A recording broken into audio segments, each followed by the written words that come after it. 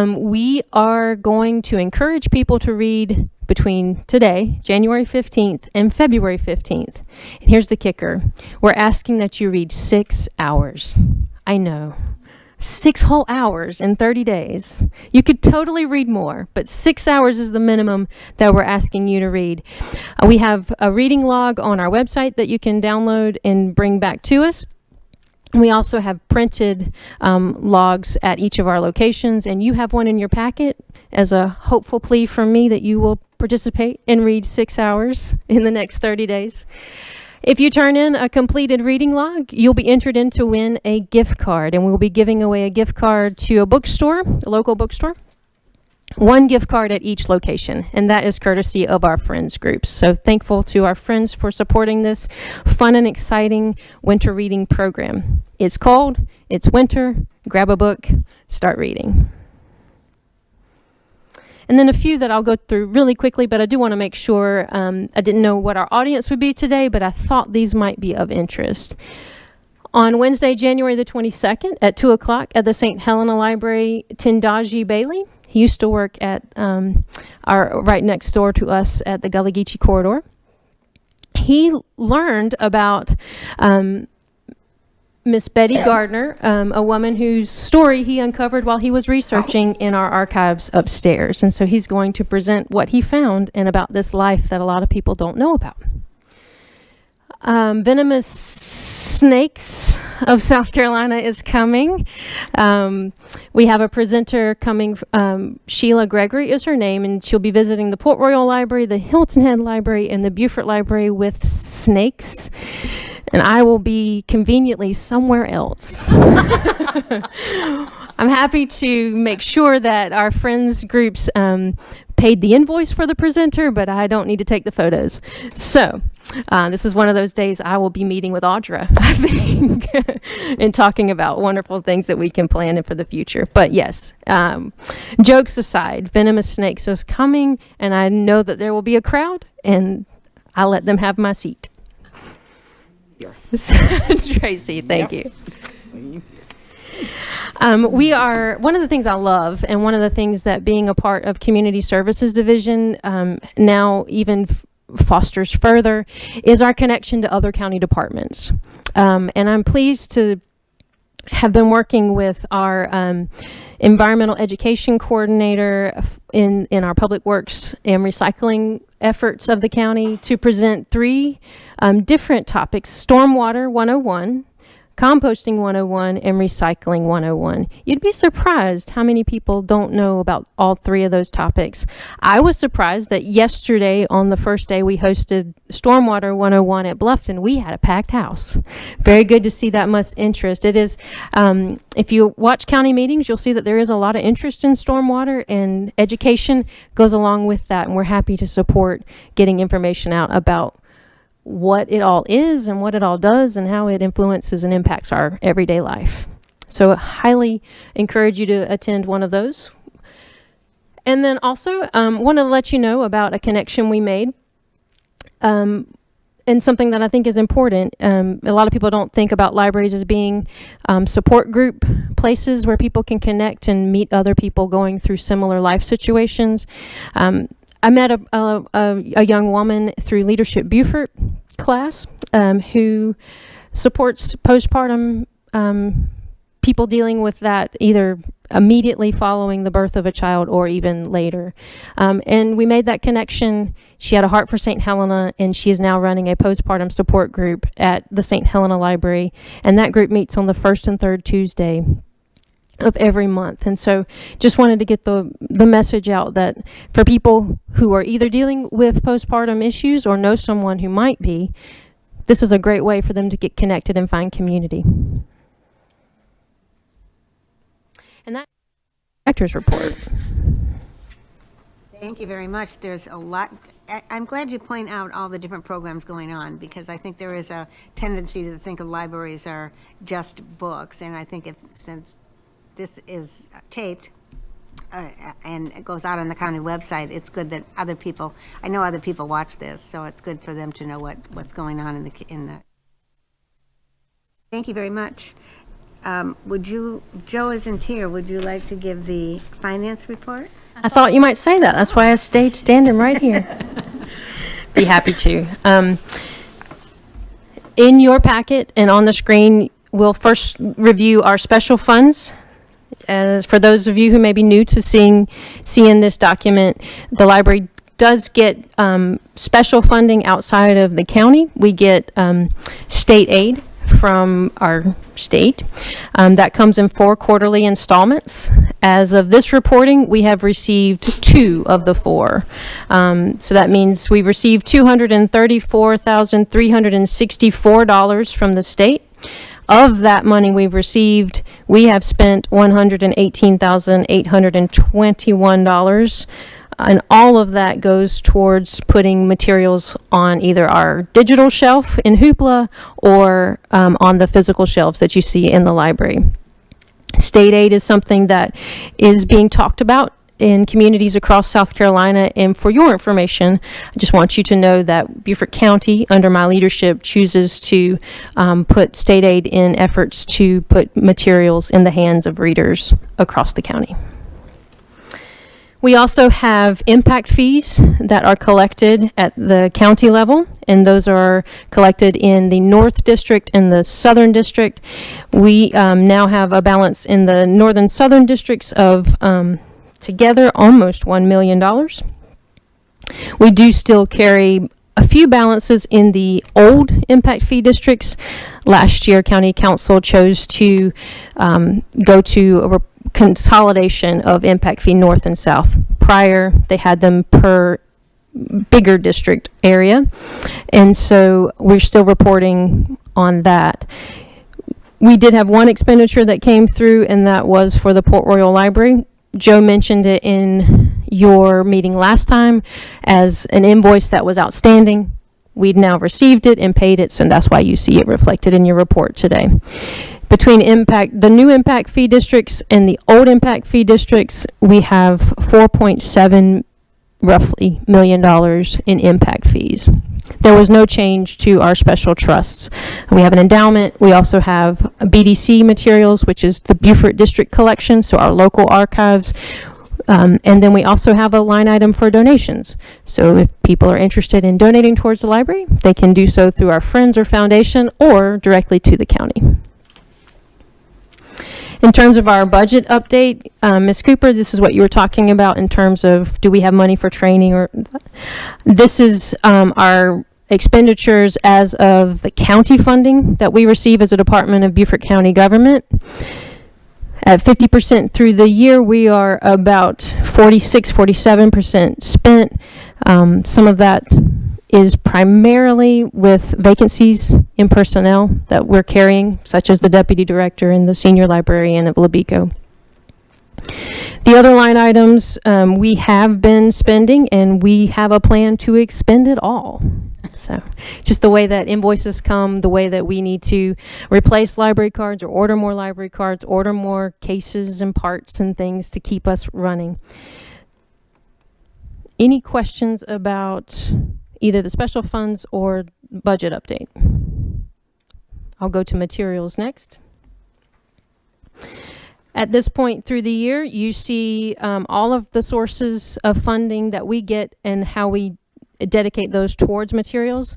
I get that question a lot from people who want to know, how much money does a library need to keep people reading, keep books on the shelf, and keep Hoopla active? So you can see where we are at this point through the year. We've spent almost $300,000, with $7,000 of that coming from our friends groups. We are coming into the fourth quarter of the fiscal year, and at that point we get a lot of renewals of lease plans, which are the hot and popular that we get multiple copies of to reduce wait times. Those will be some big invoices that come in that get us closer to almost $1 million spent on materials. So that's been Joe's target for me, and we're right under $1 million that we expect to spend this year.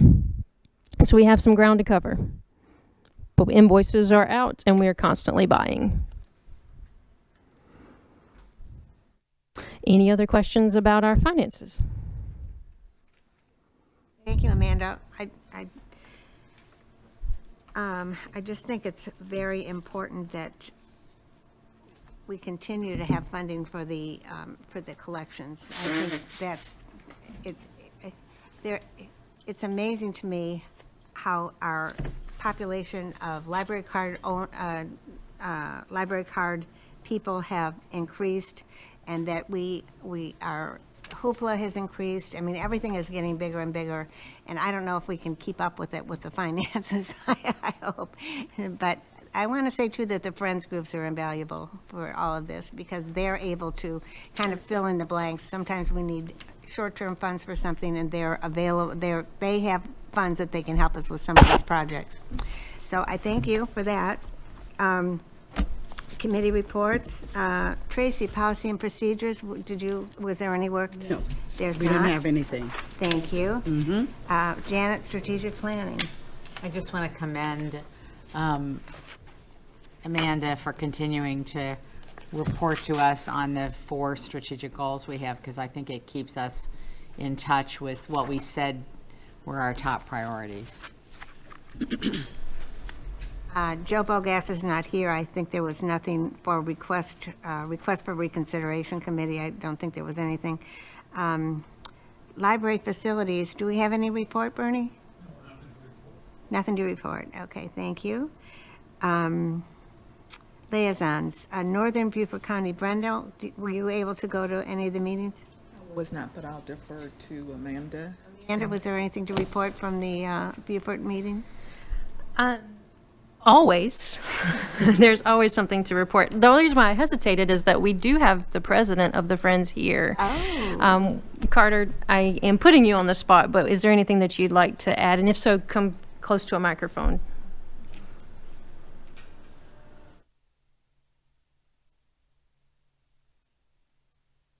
Carter Hoyt, and I'm currently the president of the Friends. And when you were talking about expenditures and how we try to help, we're always in conversations with Amanda about what do we need, where can we plug in, how can we help. We have formed a new projects group that is going to be meeting shortly, and at those meetings we talk about what do we want to do beyond our budgeting for our normal budgeting for the libraries. That's how we came up with the 2 story walks. That came out of that. The benches and the bike rack for the Newport Royal Library, that came out of those kinds of discussions. We're also going to be meeting with a woman who's been recommended to us who has experience as a grant writer. And we've done a few grants, but none of us is really a great grant writer. This woman has professional experience. She has an interest in helping us. So we're hoping that we'll have somebody in place who will know where to find out about them, have a calendar of when they need to be due, and be able to help us with that. I've been in touch with our former treasurer and our new treasurer. Over the years, we have been very good at fundraising, and before my time, back in 2008, it's my understanding that when county funding kind of went down, the Friends were able to kick in and make some things available that had not been available or were not going to be able to be available. So we always have it in mind that we want to keep a level of funding so that if, God forbid, that happens again, we're in a position to do that. So I've been in discussions with our former treasurer and now our current treasurer about, as an organization, how much do we need to keep in reserves for rainy day things like that. And based on that figure, how much do we have left that we can have fun with, that we can spend for the community? And we're very aware of and cognizant of that our mission is reading and literacy. So we're not going to go out and spend money for something that's beyond that directive. But we are always thinking about how can we make what Amanda and her wonderful team does better and provide more offerings to a broader audience in Beaufort County. So hopefully that's helpful in knowing how we're plugging in with her. Thank you. It's Thank very you. good. Can I ask you how many people are on your board? What do we have? 11, 12, something like that. Oh, okay, I was just curious. No, thank you very much. It helps to hear from the people that do it. So I thank you. I also invite you, we don't have a date for it yet, but in June, we will have our next annual meeting. And that's when we bring in new board members. I will be rotating off after 7 years on the board. Oh, my goodness. For those as president. I will still remain a loyal supporter of the libraries and plug in where I need to. But it's a good time for you to come, and we just got someone who's going to be coming on the board to help us with marketing at our last meeting, and the way we recruited her was we talked to her, she had expressed some interest, and we then invited her to come to one of our meetings and see what we're really about and who we are. And at the end of the meeting, she said, I want to do this. So Great. it's a great group of people. We work hard. We love what we do. We believe in what we do. So Do a great come job. in June if you'd like to. So I just want to say to everybody who's watching and listening that I just attended a presentation on the ACLU, and someone was asking about, as citizens, what can you do to, promote free speech, et cetera. And the number one thing he said was support our libraries. And afterwards, people said to me, well, I don't know what that means. How can I support the libraries? And we love for people to join our Friends of the Library groups. And we encourage any of you who are up in the middle of the night watching this show, you obviously care about libraries, and it's easy to join the Friends. You can go to the Beaufort County website and join and get active and make a real difference. So we thank you. I think people lose sight of the fact that we're all volunteers. Everybody in Friends of our Friends groups are volunteers, and they're all people that are passionate about reading. I'll also, since you stupidly gave me the mic, I will tell you that we've had discussions in our meetings about what's going on at the state capitol. And we're concerned about legislation that is being proposed that we believe is unnecessary, because we already have a system that seems to be a good system. We understand from Amanda that there were 0 challenges in 2024, and they have a very well outlined process for challenging books. So we don't really understand why we need it. It does seem an unnecessary burden on her staff and staffs of the libraries around the country, but of course we're most concerned about hers. And the language in this bill is just incredibly vague, and even the Attorney General for the state has refused to define what that language means. So this is really very worrisome for us as we try to support Amanda and her team. I just wanted to let you know that. It's worrisome for our board too, because the very core of our libraries is trained professional librarians and library staff who are experts in selecting appropriate books and shelving them, and we support their efforts. And the legislation that's being proposed really undermines that kind of lack of respect for professionals who know what they're doing. Absolutely. So we are equally concerned. Great. Thank you. Thank you. Thank you. Ms. Miller, would it be okay if I also, and also President, would it be okay if we spend a moment to talk about Book Sandwiched In, which is upcoming and, as you know, very popular? Very Annette, popular. would you mind? Thank you very much. I'm Annette Baker. I'm co-chair of Book Sandwiched In this year. It's our 38th season of Book Sandwiched In. And if I might pass these around, you're welcome to the Thank you. schedule. We start Monday, the 27th, USCB at noon. We have excellent speakers this year. We're trying a few new formats, and I think you'll find the books inspiring, intriguing. Please, I hope you have a chance to attend, bring a friend, tell a friend, and we're really looking forward to kicking off this 38th season of Book Sandwiched In. Thank you. Thank you.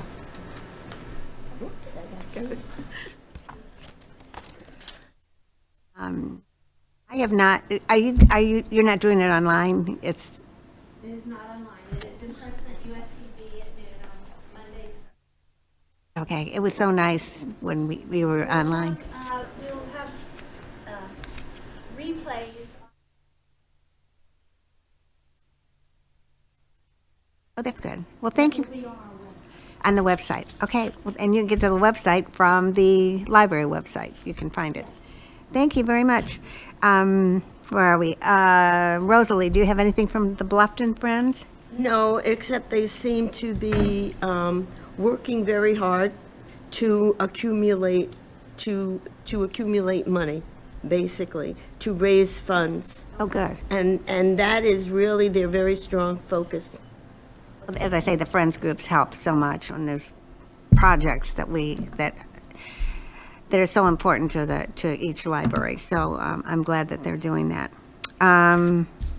Hilton Head Friends meet next week, and the Public Library Foundation meets in February. So that brings us to the nominating committee.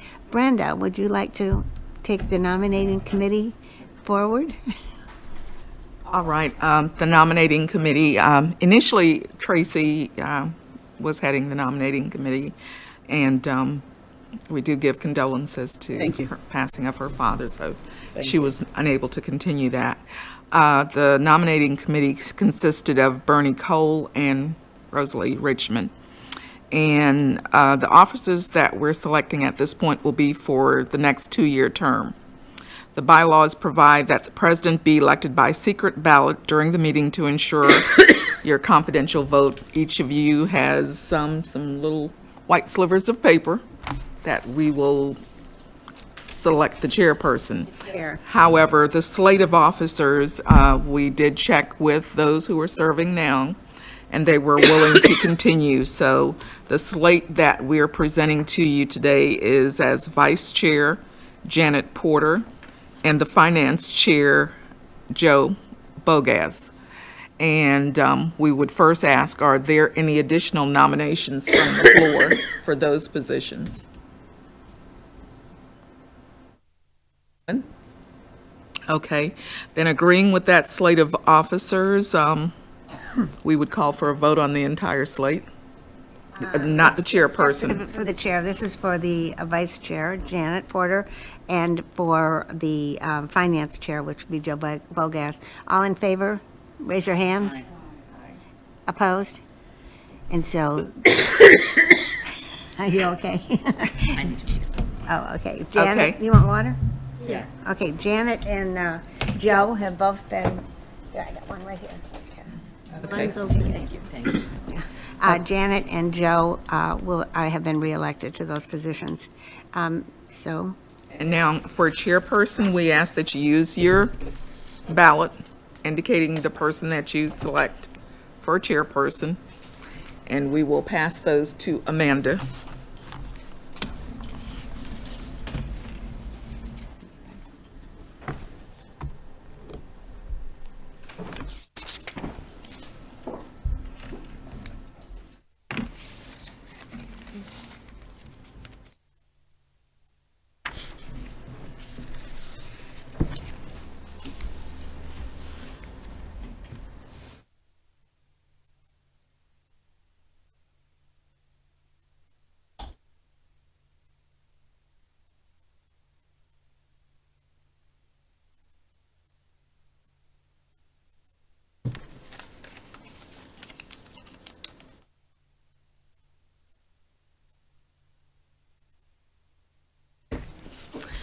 You have, the majority of the vote goes to Lynn Miller as chair.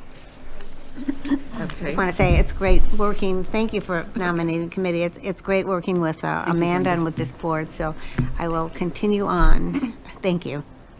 Next we have, is there any old business?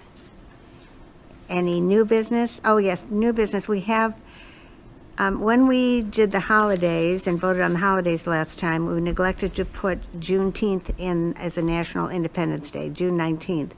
So we're going to add that to the holidays.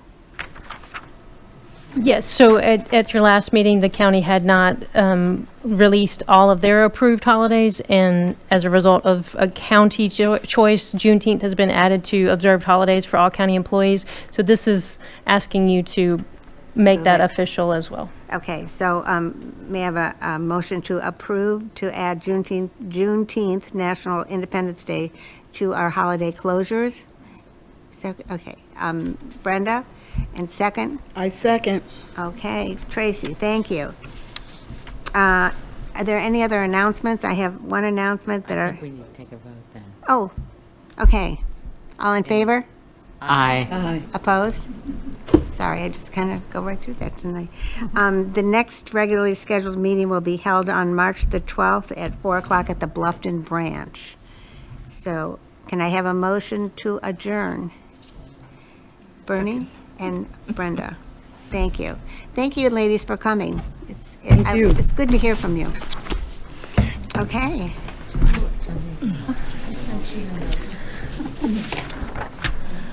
Okay? I'm always open to feedback. CYR. Thank you. You said there was a sign up for winter